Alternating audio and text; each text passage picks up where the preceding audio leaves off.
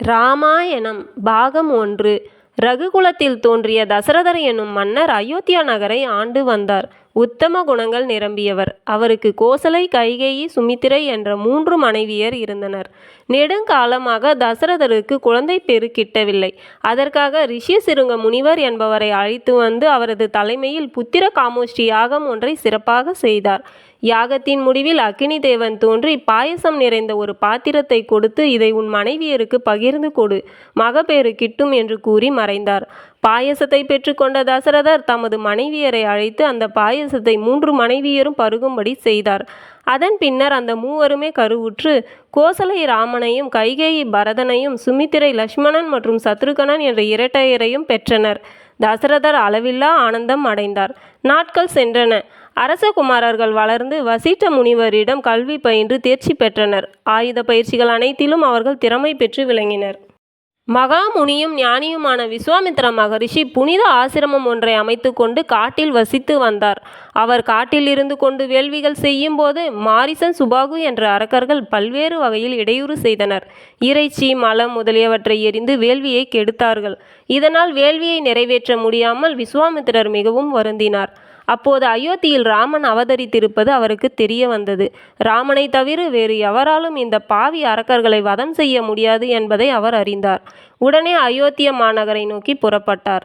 முனிவர் வந்திருப்பதை கேள்வியுற்ற தசரத மன்னர் அவரை வரவேற்று வணங்கி முனிவரை மரியாதையுடன் அழைத்துச் சென்று ஆசனத்தில் அமரச் செய்தார். பிறகு தமது புதல்வர்களை அழைத்து முனிவரை வணங்கச் செய்தார். ராமனை கண்ட முனிவர் தன்னையே மறந்தார். அவன் திருமுகத்தை பார்த்த முனிவர் அதிலே ஒன்றி போனார்.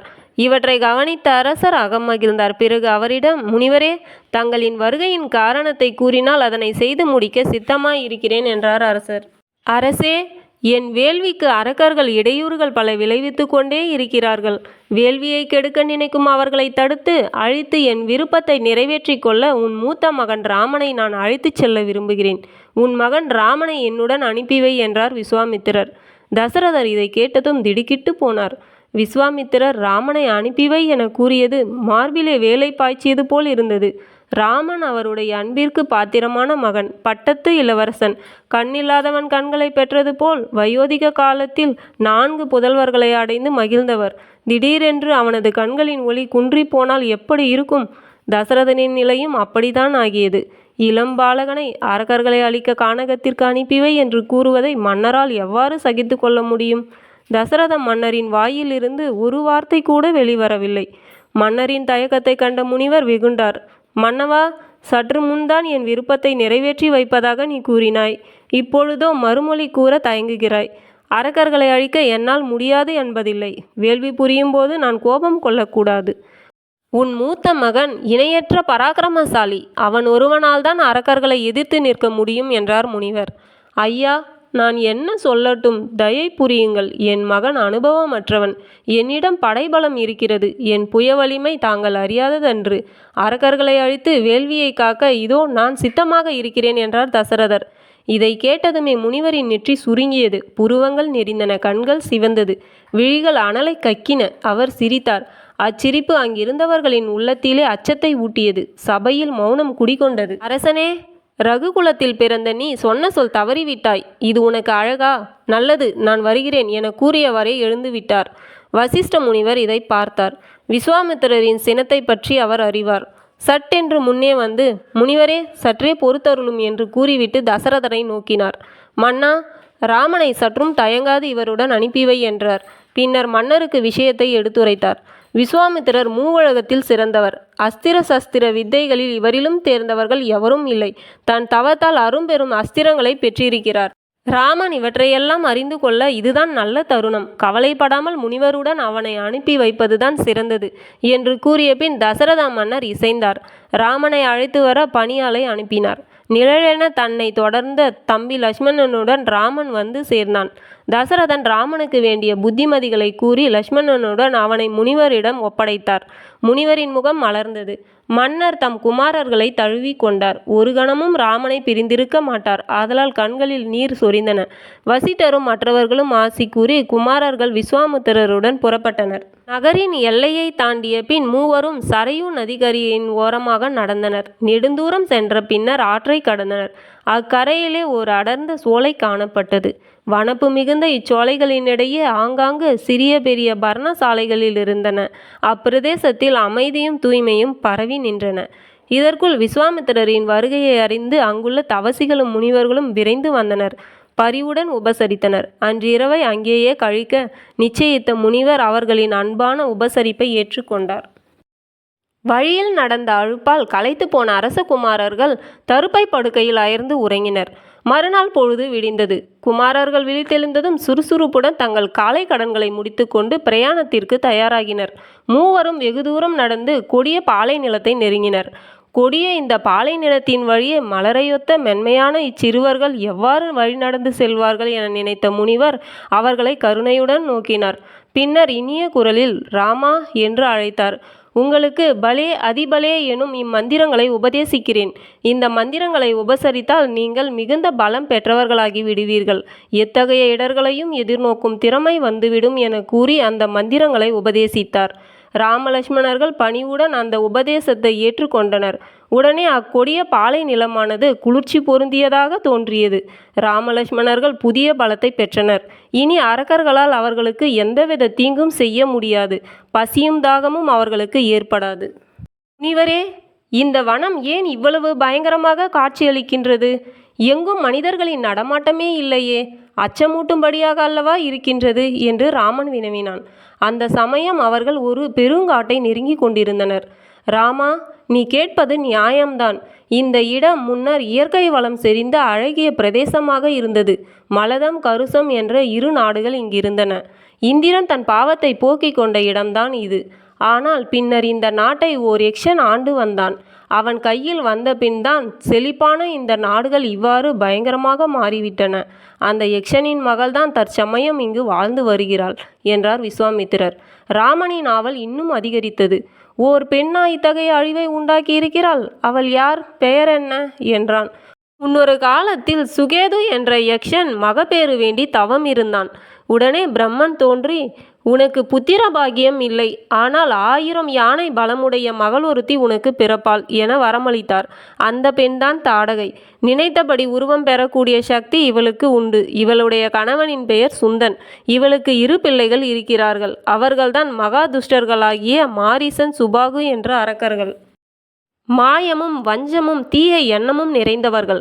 சுந்தனுக்கு தன் பிள்ளைகளின் பலத்தை பற்றி மிகுந்த கர்வம் இருந்தது. தன் செருக்கினால் அவன் அழிந்தான் என்று நிறுத்தினார் முனிவர். அது எப்படி என லக்ஷ்மணன் கேட்டான். ஒரு நாள் குருமுனி அகஸ்தியரின் ஆசிரமத்திற்கு சென்று தவத்தில் ஈடுபட்டிருந்த முனிவருக்கு இடையூறு விளைவித்தார்கள். மரங்களை வேரோடு பிடுங்கி எறிந்து மலர்களை பறித்து நாசமாக்கினார்கள். மான், மயில், பறவைகள் போன்ற பிராணிகளை கொன்று குவித்தனர். ஆசிரமத்தை அளித்த இந்த குமாரர்களை அகஸ்தியர் சினத்துடன் நோக்கி, செருக்கற்ற நீங்கள் இனி நரமாமிசம் புசிக்கும் அரக்கர்களாக மாறிவிடுவீர்கள் என சபித்தார். அந்த கணமே தாடகை அரக்கியாக பயங்கர ரூபம் பெற்றுவிட்டாள்.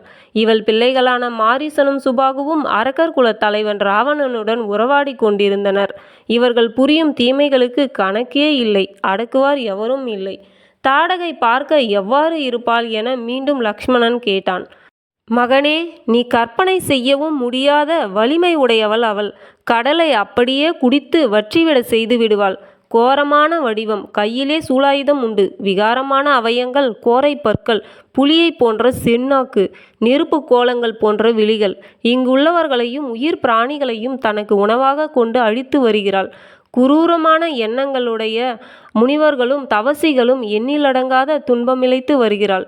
இவ்வாறு பேசிக்கொண்டிருக்கையிலே புயலை விட வேகமாக கருத்த குன்று ஒன்று இவர்களை நோக்கி வேகமாக ஓடி வருவது போல் தோன்றியது. 2 விழிகள் நெருப்பு கோலம் போல காற்று வீசின. அந்த அரக்கியின் கால் வைத்த இடமெல்லாம் பூமி அதிர்ந்தது. அவள் உரக்க நகைத்தாள். விண்ணும் மண்ணும் அச்சிரிப்பிலே கிடுகிடுவென நடுங்கின. என் வனத்தில் வந்து என் அமைதியை கலைத்த துஷ்டர்களான நீங்கள் யார்? என் பசிக்கு உணவாக வந்தீர்களா என்று தாடகை இடிப்பது போல உரக்க நகைத்தாள். சூலாயுதத்தை ஏந்தி நின்ற தாடகையை ராமன் நோக்கினான். தம்பி, பார்த்தாயா? மாய சக்தியினால் புழுதி படலத்தை எழுப்புகிறாள்.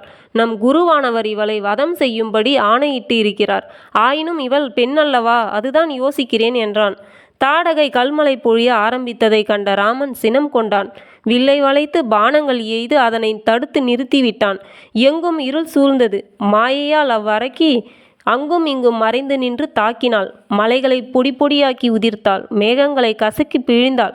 ஆயினும் ராமனின் பானங்கள் சரமாரியாக அவளை துரத்திச் சென்றன. ராமன் எய்த பானம் சூலாயுதம் ஏந்தி நின்ற அவள் கரத்தை துண்டித்தது. லக்ஷ்மணன் அவளுடைய காதுகளையும் மூக்கின் நுனியையும் மறுத்துவிட்டான்.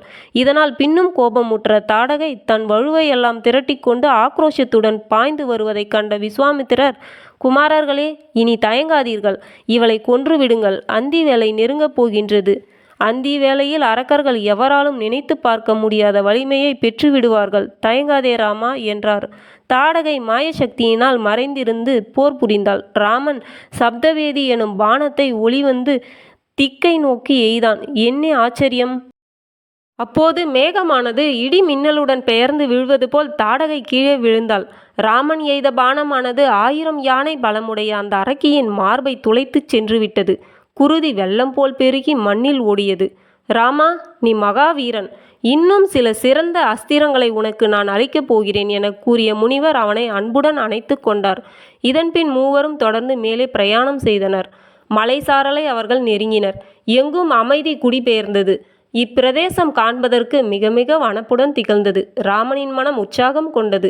அங்கு பரவி நின்ற எழிலும் அமைதியும் களைப்பை போக்கின. லக்ஷ்மணனின் உள்ளம் களைப்பினால் நிறைந்தது. சுவாமி, இந்த ஆசிரமம் யாருடையது? இதுதான் தாங்கள் வசிக்கும் இடமா என கேட்டான் ராமன். ராமா, முன்னொரு காலத்தில் திருமால் தவம் இருந்த இடம்தான் இது. இதன் பெயர் சித்ராசிரமம். இங்குதான் நான் தற்சமயம் வசித்து வருகிறேன். வேள்வியும் இங்குதான் நடைபெறும் என்றார். விஸ்வாமித்திர முனிவரின் வருகையை அறிந்த முனிவர்கள் மரியாதைகளுடன் வரவேற்றனர். அன்றிரவு யாவரும் களைப்பு நீங்க ஓய்வெடுத்து கொண்டனர். மறுநாள் காலையில் வேள்வி துவங்கியது. ராமலக்ஷ்மணர்கள் முனிவரின் கட்டளைப்படி ஆயுத பாணிகளாக வேள்வி சாலையை காத்து நின்றனர். கண்ணை இமை காப்பது போல் எச்சரிக்கையுடன் இருந்தனர். மற்றும் உடனிருந்த முனிவர்கள், குமாரர்களே, முனிவர் தீட்சையில் இருப்பதால் எவருடனும் பேச மாட்டார். இன்று முதல் 6 நாள்கள் கவனமாக இருக்க வேண்டும் என்றனர். 6 இரவும் பகலும் கழிந்தன. வேள்வி குண்டத்தில் தீ கொழுந்துவிட்டு எரிந்தது. மந்திரங்கள் முழங்கின. திடீரென வானம் இருண்டது. கார்மேகங்கள் குவிந்தன. மாயாவிகளான அரக்கர்கள் பற்பல மாயைகளை தோற்றுவித்தவர்களாய் ஊழி காலத்தில் பொங்கி வரும் கடல் போல வானத்தில் திரண்டனர். லக்ஷ்மணா, அதோ பார் என வானத்தை சுட்டி காட்டினான் ராமன். கோர ரூபம் எடுத்த மாரீசன், சுபாகு என்ற 2 அரக்கர்களும் வேள்வியை அசுத்தமாக்க உதிரி மழை பொழிந்தனர். மாமிச துண்டுகளை வீசினர். ராமன் சற்றும் கலங்காது அம்புகளை எய்து அவற்றை வேள்வி குண்டத்தில் விழாதவாறு தடுத்து விட்டான். மாரீசனை குறிபார்த்து ஒளியும் வலிமையும் மிகுந்த மாலவ அஸ்திரத்தை பிரயோகித்தான். புயல் காற்றானது மேகங்களை ஒதுக்கி தள்ளுவது போல அந்த பானமானது மாரீசனை விடாமல் துரத்திச் சென்று கடலில் தள்ளிவிட்டது. அஸ்திரமானது சுபாகுவின் இதயத்தை ஊடுருவிச் சென்றது. அரக்கர்களின் தலைகள் மண்ணிலே உருண்டன. குருதி ஆறாக பாய்ந்து ஓடியது. சுபாகு பானத்திற்கு இரையானதை கண்ட அரக்கர் படை சிதறி ஓடிவிட்டது. விஸ்வாமித்திரரின் வேள்வி இனிதாக முடிந்தது. அரக்கர்களை வதைத்து வேள்வியை நிறைவேற்றி வைத்த ராமலக்ஷ்மணர்களை யாவரும் புகழ்ந்து கொண்டாடினர். இரவு சுகமாக கழிந்தது. இந்த ராமாயண தொடர்கதையை தொடர்ந்து அடுத்த வீடியோவில் பார்க்கலாம். நன்றி. மறக்காமல் சேனலை சப்ஸ்கிரைப் செய்யுங்கள்.